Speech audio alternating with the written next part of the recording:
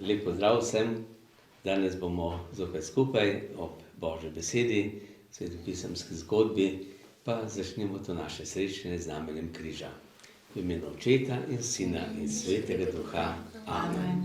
Gospod z vami In s tvojim duhom. Da bi slišali to besedo, ne samo kot besedo, ampak kot Božjo besedo, pripravimo še svoje srce in iskreno obudimo kesanje. Moj Bog, žal mi je, da sem grešil in žalil tebe, ki si moj najboljši oče. Trdno sklenem, da se bom poboljšal. Pomagaj mi s svojo milostjo. Amen. Pa prosimo še Boga, ki je naš oče, in ga pozdravimo, kot nas Jezus uči.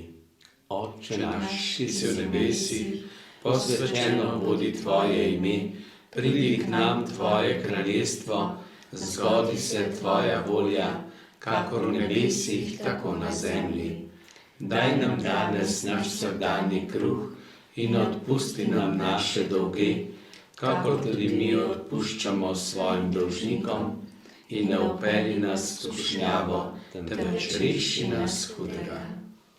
Zdrava Marija, Milosti polna, Gospod je s teboj, blagoslovljena si med ženami in blagoslovljen je sad tvojega telesa, Jezus. Sveta Marija, Mati Božja, prosi za nas grešnike, zdaj in ob naši smrtni uri. Amen. slava Očetu in Sinu in Svetemu Duhu, Kakor je bilo v začetku, tako zdaj in vselej in vekomaj. Amen. No, danes bomo prisluhnili še eni zgodbi, kako Jezus pozdravlja. Tokrat pozdravlja telo in ozdravi služabnika, ki ni član judovskega ljudstva. Prisluhnimo. Jezus se je nekega dne zadrževal v mestecu Kafarnaum. Njemu je prišlo nekaj judovskih voditeljev iz hodnice s prošnjo. Prišli smo v imenu moža, ki si ga zares zasluži, da mu pomagaš. So mu pojasnili. Rimski stotnik je nameščen v našem mestu. Dober človek je in globoko spoštuje judovsko vero. On nam je zgradil shodnico. Zdaj potrebuje tvoja pomoč.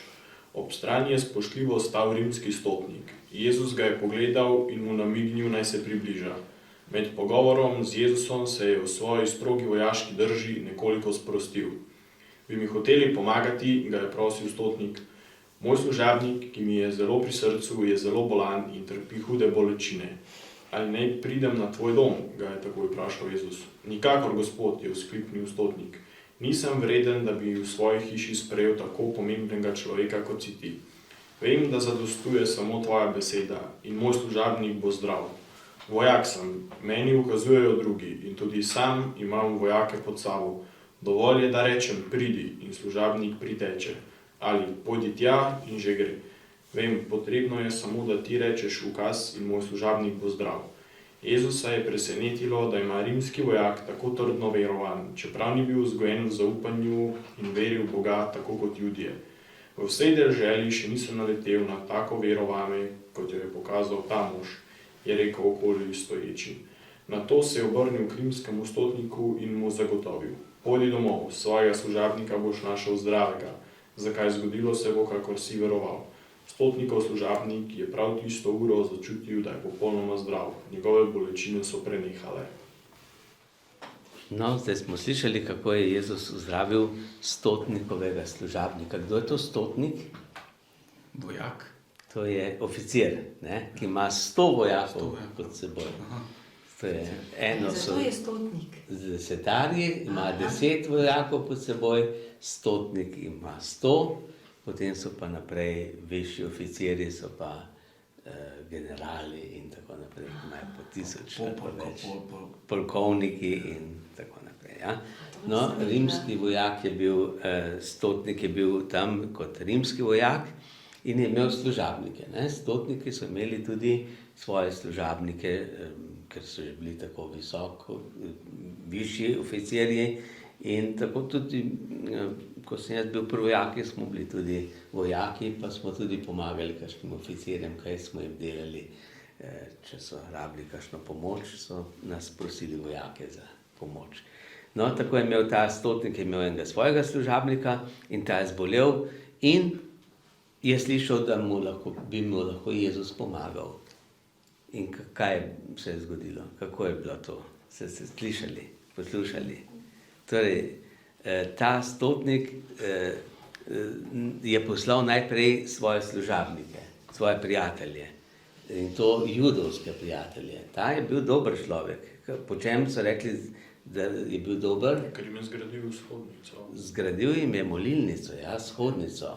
V Kafarnaumu še zdaj so ti ostanki te shodnice.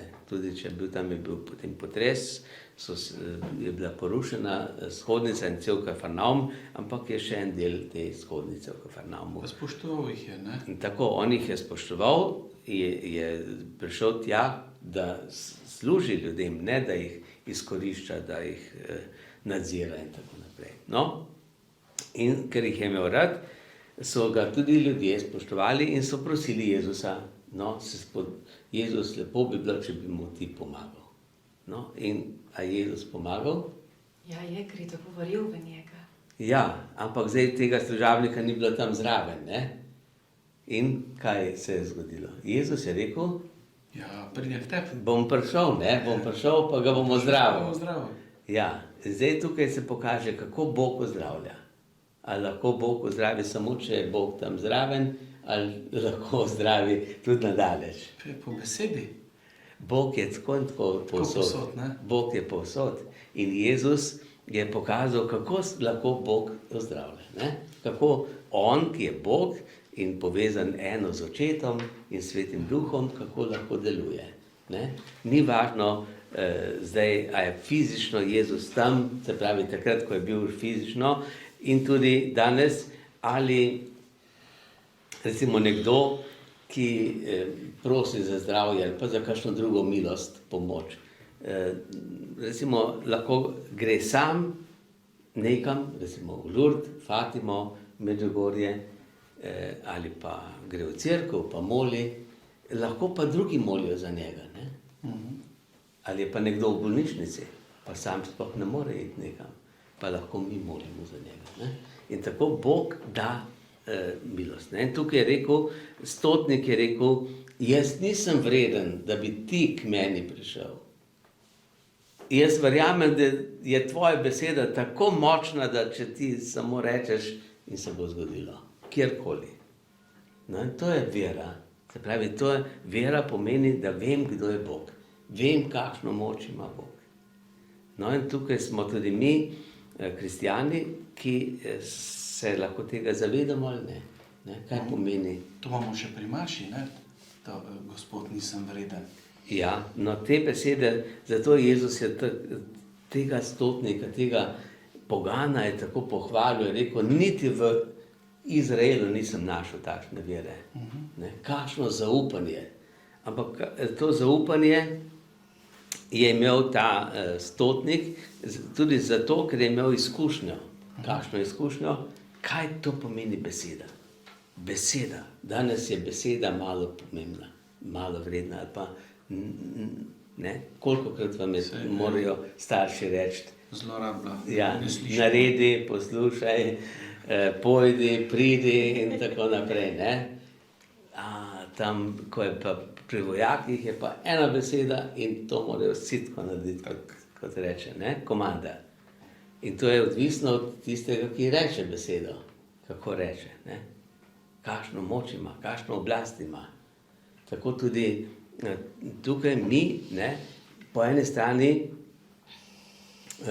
imamo svetnike, ki se jim priporočamo in veliko stvari se zgodi na njihovo priprošnjo, na njihovo besedo, na njihovo molitev. Zakaj? Zato, ker sami poslušajo Boga, ker so blizu Bogu. Ker ima njihova beseda, ima drugačno moč, zato ker je njihova ljubezen drugačna, njihovo zaupanje, ne? Njihova vera. Vera pomeni tudi zaupanje.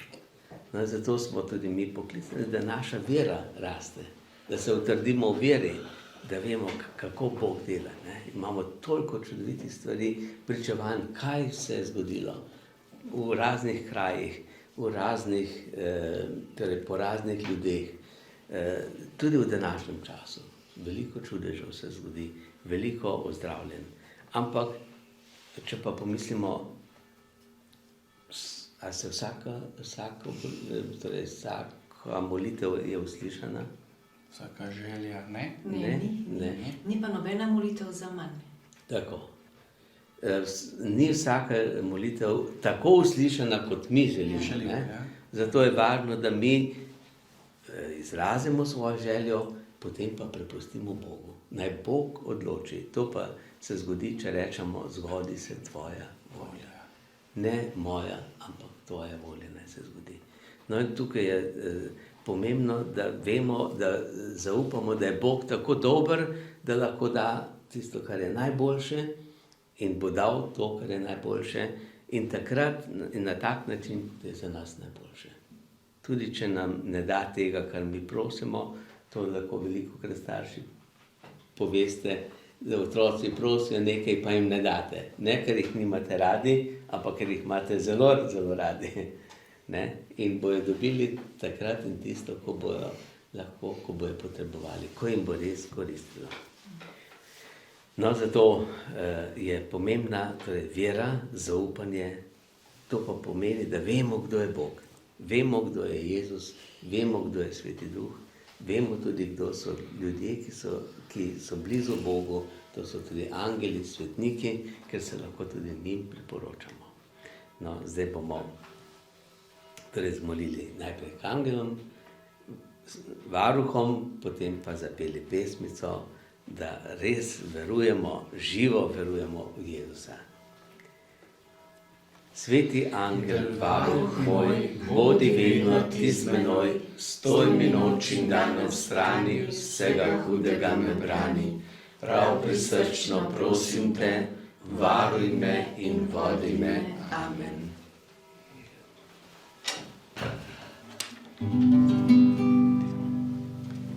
Živo verjem, Jezus te, trdno upam, ljubim te, srce moje naj bo tvoje, ti pa Jezus moj.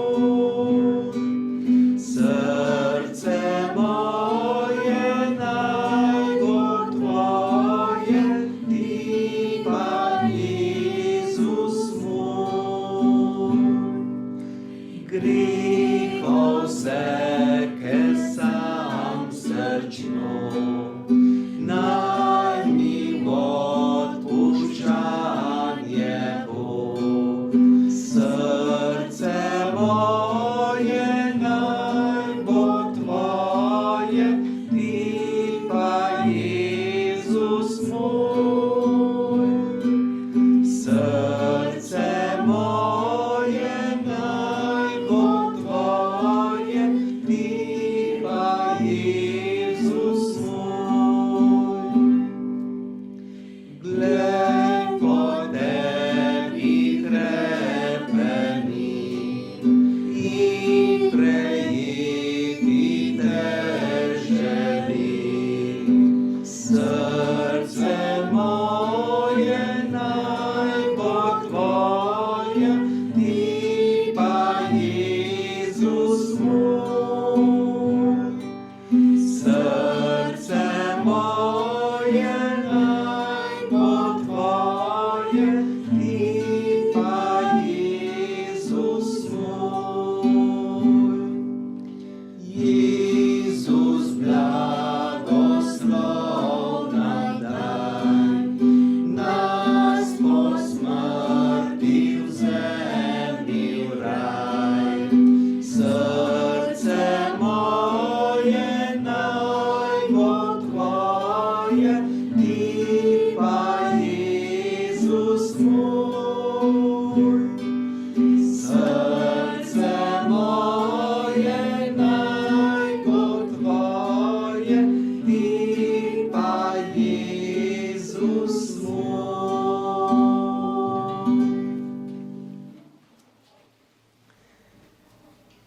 Gospod z vami, In s tvojim duhom, blagoslov vsemogočnega Boga, Očeta, Sina in Svetega Duha naj pride nad vas in naj vedno med vami ostane.